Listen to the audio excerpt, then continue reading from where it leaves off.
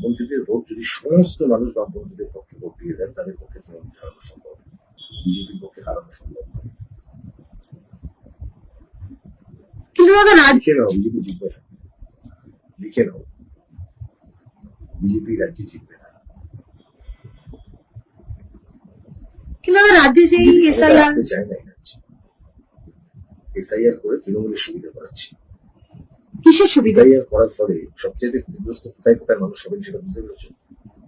যে মানুষ বিভ্রান্ত হয়েছে, সেই মানুষ ক্ষতিগ্রস্ত, সেই সব অঞ্চলে ভোট খারাপ হয়েছে গত নির্বাচন। বুঝলাম, আমি হিন্দু মুসলমান করবো না, মানুষকে নিয়ে, গরিব মানুষ, খেটে খাওয়া মানুষ, সামান্য সম্পদ নিয়ে বেঁচে আসছেন সেই মানুষ। লিখে নাও, ভারতীয় জনতা পার্টি পশ্চিমবাংলায় ক্ষমতায় আসতে চায় না, চায় না, চাইনি, চাইছে না। মমতা ব্যানার্জিকে তারা হারাতে চায় না, মমতা ব্যানার্জিকে ক্ষমতায় রেখে দেওয়াটাই বিজেপির কাজ।